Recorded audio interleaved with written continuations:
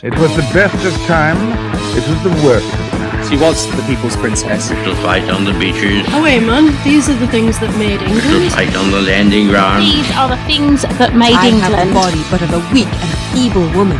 These are the things that made England. And a king of England too. These are the things that made England. Cry God for Harry! And these are the things that made England. And St. George! These are the things that made England.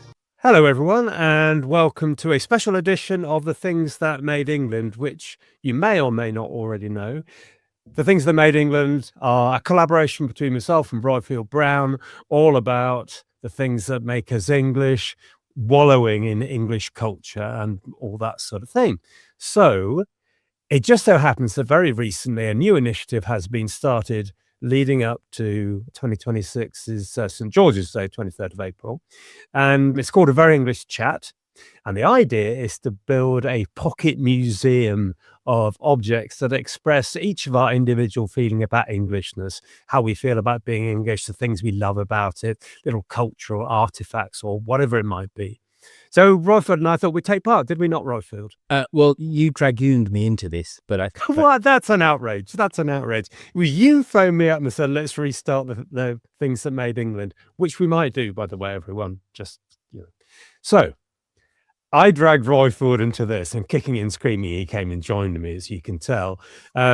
So people like Billy Bragg, Caroline Lucas are trying to build a sense of positive patriotism and social cohesion around what it means to be English in a society where, of course, we're very diverse. And politically at the moment, there's a lot of division and polarization. So we want to all gather around the things that we all share and love. So we each have 5 objects, Roifield and I, which we're going to tell you about and explain very briefly. We're not going to linger. And Roifield is going to start because he was the one who dragged me into this.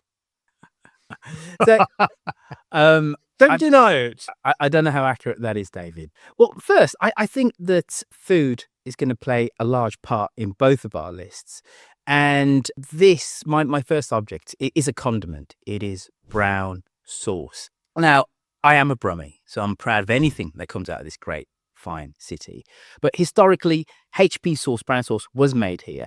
But if I put aside my kind of jingoistic sense of brumminess, it's the working class heritage of this condiment, which I think it needs to go into this cabinet of things that are quintessentially English. And it's one of those foodstuffs that it's so ingrained within us that it's only when we leave these shores and you have to explain brown sauce, and people say, well, what does it taste of? And you say, well, brown. Like, you realise it's within our bone marrow. Like, we don't even have the words properly to describe its brown, vinegary gooiness. Fruity. It is fruity. It is fruity. Yeah. It's perfect with fry-ups. It adorns any cafe. It's just something which, as I said, it's only going away from Britain when I had to describe it that I realised I was lost for words. So it's quintessentially Fantastic. English. It's Brummie. It's a condiment, and it's actually part of our national flavour profile. I'll end with this. It's sweet, it's sour, it's vinegary, it's complicated like England itself, David. Excellent. You're very complicated too, Roifield. Fantastic, great start. I'm going to change tack a little bit. In the late 19th century, a historian called Charles Firth discovered, hidden amongst a whole load of other stuff, a set of papers. These papers turned out to be a complete transcript of several days of a debate in 1647 in a church at Putney, presided over by Fairfax and Cromwell and other generals of the army. What this was a bunch of entirely common people, just ordinary people from a range of ordinary backgrounds, nobody particularly posh in the room, talking about how to make a better England. There's called the Putney debates. There are radicals there, people like Thomas Rainsborough and Edward Sexby. Rainsborough had incredibly radical ideas at the time for universal manhood suffrage. So I'm going to quote briefly for you. Are you ready for a quote? The poorest he that is in England hath a life to live as the greatest he.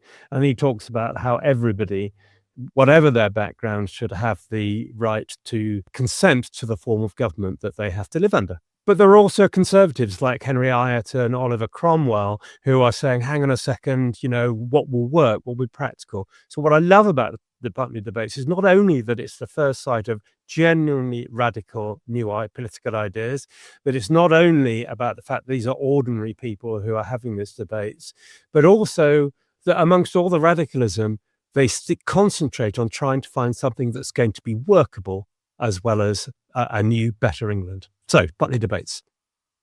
Number 2 for you, Roifield. First, though, is this a template for exactly how the intellectual divide between us here, David? Because, I've gone HP source, you go Putney debates. and I'll follow this up by saying my next one is the British plug, sir.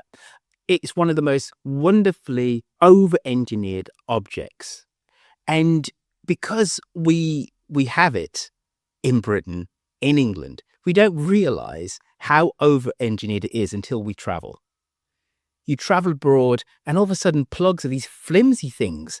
And for me, they don't have the structural import that electricity demands and the safety. So we have the BS 1363 design, which is one of the safest plugs in the world. I think you might have been reading that off the screen. I was. You saw my eyes divert. This is post-war engineering at its best. And it's over-engineering at its best. It's safety at its best. It has an inbuilt fuse system. It's clever. It's chunky. It's a wonderful physical design. A nightmare if you ever tread on one. Do never tread on a British plug. It's solid. It's chunky. Impossible to ignore. I give you the plug as a quintessential English object.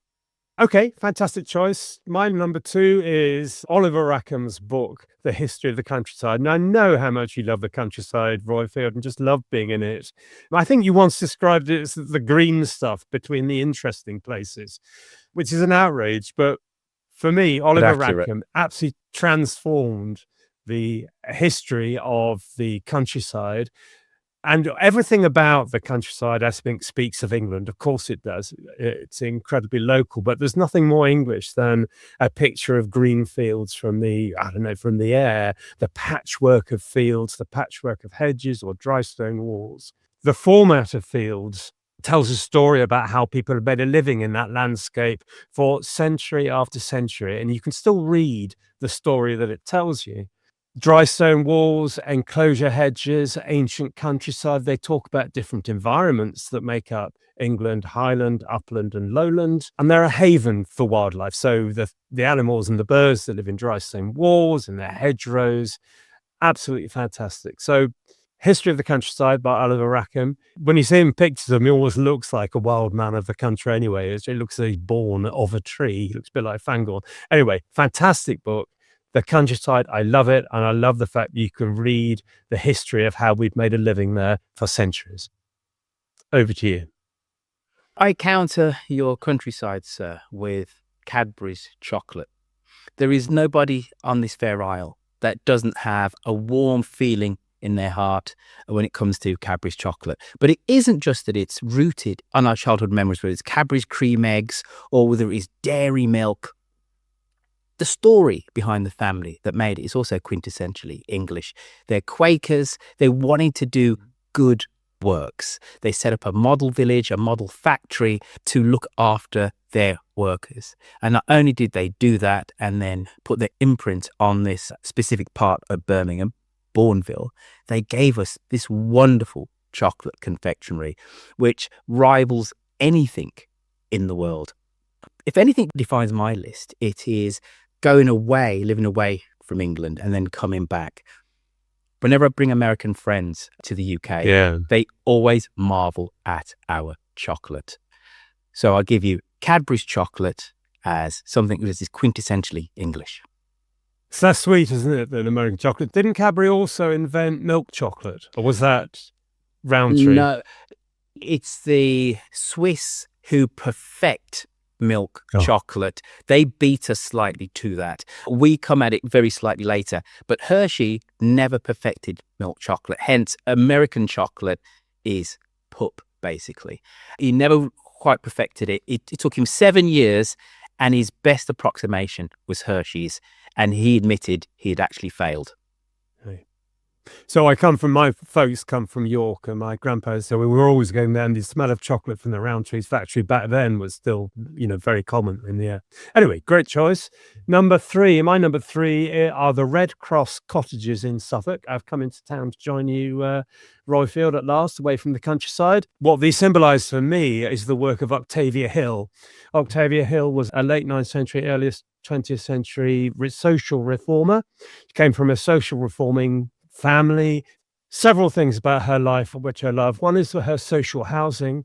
So she develops this lovely, lovely social housing. If you go to the Red Cross cottages, it talks about the principles she tries to espouse, that poor people ought to have proper housing, but it ought to encourage self-reliance. So you've got these lovely, lovely cottages, several of them together with a shared patch of ground where they could all grow vegetables or, relax or whatever it might be. So there's that.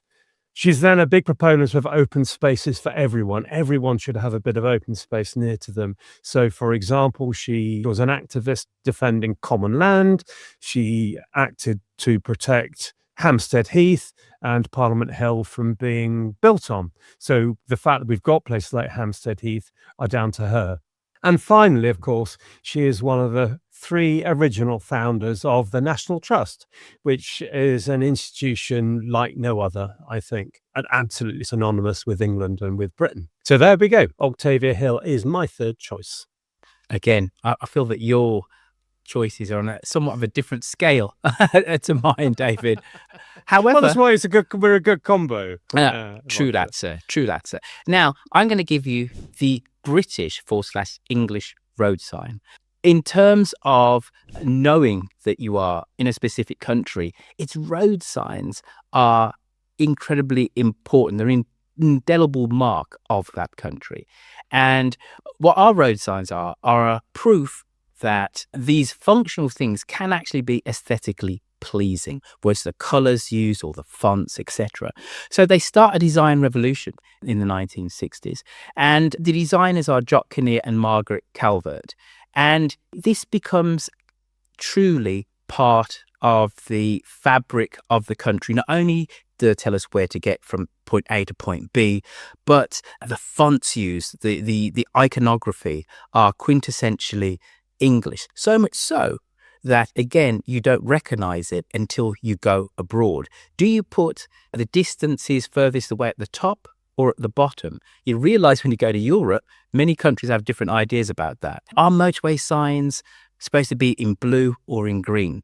Again, in the United States, they flip it around. And when you travel, you realize this is a quintessentially English, British way of organizing traffic. They had a global influence, and this English design helped define how signs were then done throughout the world. They're an object of beauty, they're functional, and they're English. What's your favourite road sign, Roifield? Do you have a favourite road sign? I ask you that because I have a favourite road sign. You do. I do. There's one in Norfolk where it says junction in 142 yards. Rather specific. Reasonably specific. Yes. Good job they told me about the 2, otherwise I'd have gone into the middle of the road. And there's a reason, I can't remember what the reason is. Anyway, sorry, your favourite road sign. I tell you what, I only realised quite recently, if you look at the road signs around large roundabouts, it's broken. The roundabout doesn't go all the way around. Yeah. Right? And that is to tell you not to go counterclockwise. Indeed. Yes. Oh, right, okay. Yeah. Did not know that. Yeah. There you go. Good. There you go. I did once have a Canadian visitor. Donna came over here and repped, and I'm at Toronto, and she hated roundabouts because, she wasn't used to them. So she used to go completely round once, and then on the second way round, she'd take the exit because she'd sussed it out, which was great until she decided the M25 was a roundabout. Well done. Well done. Anyway, right, my number 4 is the Holy Hand Grenade of Antioch. What? The holy hand grenade of Antioch. Oh, wow. Okay. If I were to say to you, where 3 or 4 people were gathered together, they shall perform the parrot sketch, about whom would I be talking? Oh, isn't Monty Python? Monty Python, absolutely right. So my 4th choice is Monty Python, as represented in the object, the holy hand grenade of Antioch, and the counting shall be 4, 3 shall not count. I love Monty Python, utterly absurd. It's never taken themselves too seriously. Absolutely bizarre and off-the-wall kind of tracks. Some of the sketches work, some of them sketches don't work at all. But 2 of the funniest films I've ever seen in my life are The Holy Grail and The Life of Brian. Absolutely fantastic. The other thing about them, though, is they're very English. The form of humour is very English, but they're also very shareable. Many of those sketches actually aren't that great when you see them on the telly and you're looking alone, but when you're together with other people, they're absolutely glorious, and everybody loves the sharing of them. They're so popular, I think, that it almost became a shared language for a generation across class, social divides, whatever. Everybody understood. So if I'm talking to somebody from America or Canada, it's the same language, or Australia or whatever. So number 4 for me is Monty Python. Which brings you to your last. It does. Make it a humdinger. I'm going to. A subject now very close to my heart. The Great British Pub. It's England's living room, David. It's a place where strangers become neighbours and then become friends. Sometimes they fall out and become enemies as well, but we'll pass on that. It's a social institution that goes back literally to the foundation of England, somewhere which is fundamentally democratic, where bankers, builders, students, pensioners, whomever can sit down and enjoy a drink. That drink does not have to be alcoholic, but a certain level of alcohol does help conversation. It's a place where people can discuss the matters of the day, where football fans can sit together and watch the game, or sporting fans, where people can talk about philosophy and gossip can happen. It is the nation's living room. It's now an endangered species, the pub.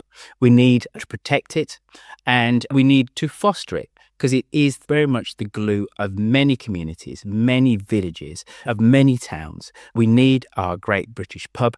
I give you, there is nothing more English than a public house, sir. I'm entirely with you. Great choice. And again, your favourite pub? There's one in an area of Birmingham called the Jewellery Quarter, which is run by this wonderful Jamaican English family. It's called Temper and Brown, sir. Do you know, I did wonder if you might choose that one. I don't know what it was that made me think that. Anyway, yes, my favourite pub, I think, at the moment is the Black Horse in Checkenden, which is a pub in the middle of the nowhere, which is like going into my granny's 1940s sitting room. Absolute traditional pub. The beer is fantastic and still poured from, a cask in the cellar and everything. Absolutely brilliant. Love it. Or the Princess Louise in Holborn. Very different, very Victorian, mirrors, lights, and all that stuff. Anyway, fantastic choice. So for the very last one, my choice number 5, I have gone for the Greenwich Observatory, inspired by a chap called Jonas Moore, who was the Surveyor General and contributed to, built, designed, or built on a bunch of people who had got their inspiration in the intellectual turmoil and freedom of the Republic, the Commonwealth, and the Protectorate. We talk about the Royal Society often being formed under Charles II, and it was, but all the people who started that and who were successful and started forming their ideas, formed them during the Republic and the Commonwealth. Jonas Moore wanted a way to help determine longitude at sea, which was a crucial navigational issue. What they produced is itself beautiful. It's a lovely building on a hill, but it's a symbol for me of England's leading role in scientific revolution, in the Enlightenment, what Roy Porter called the crucible of modernity, a leading role in England, along with many other countries in Europe, of the arrival of modernity. But more than all of that, the thing I love most about it is just the most fantastic view of London. You're not way up, but you're on a hill. You've got a fantastic sight over the Royal Naval, the old Royal Naval College, Inigo Jones's Queen's House. And then you can see over the river to the city. And it's so close. It looks so close, as though you could even just reach out and touch it. You've got the modern city, you've got St. Paul's, you've got the river. Absolutely the best view of London anywhere. Absolutely fantastic. So that is my last and final, the Royal Observatory at Greenwich. And it also put us in at the centre of the world. It did indeed. Prime Meridian and all that. Greenwich Mean Time, so on. That's how important it is. And you're utterly spot on about that view. It is utterly amazing, spectacular. It's incredible. I don't know what happens. The perspective, you could just, reach out and touch it. Amazing. So look, that's us done. Our little introductory episode. Do come and join us. We'd love to hear what your 5 objects would be to promote inclusive, a sense of Englishness and a sense of a positive patriotism. So come along to the History of England Facebook group, or indeed the Things That Made England Facebook group. I'll put a link in the notes to the show, and we'd love to carry the conversation on. And indeed, we can give you a link to the Very English Chat website, where you can actually enter your own 5 objects, as Roifield and I will be doing. Other than, I saw a wonderful play last night, Dear England. Ah, yes. The story of Gareth Southgate's tenure as English manager. And if anything is an exemplar, or in terms of what we're trying to do, is, as David says, is positive patriotism. It's that there's a wonderful scene where he sits down with the team, and there is Marcus Rashford from Wythenshawe, there is Harry Kane from, I forget where, just outside of London, and they're talking about England and what the flag means. And it says, look into where you were brought up, your community, that's your England, that's who you are playing for. And it's just a wonderful play, which is all about being positive, about being English without the nasty jingoistic elements. Bring everybody together. Yeah. It's a fantastic play, and it's very English in the sense that it tries to make a message through humour, which I think is also very typical of us trying to have serious conversations, being a little bit embarrassed about being too earnest, and so needing to put it through a sense of humour. So, yeah, great choice. Incredibly English in that we never win either. So... We came darn close. 2 finals. Well done, Gareth. Anyway, there you go. Lovely man. Okay, thank you very much for listening, everybody. Do get in touch. The History of England, or the Things That Made England Facebook post, as you choose. And thanks for listening. It's goodbye from me, and it's goodbye from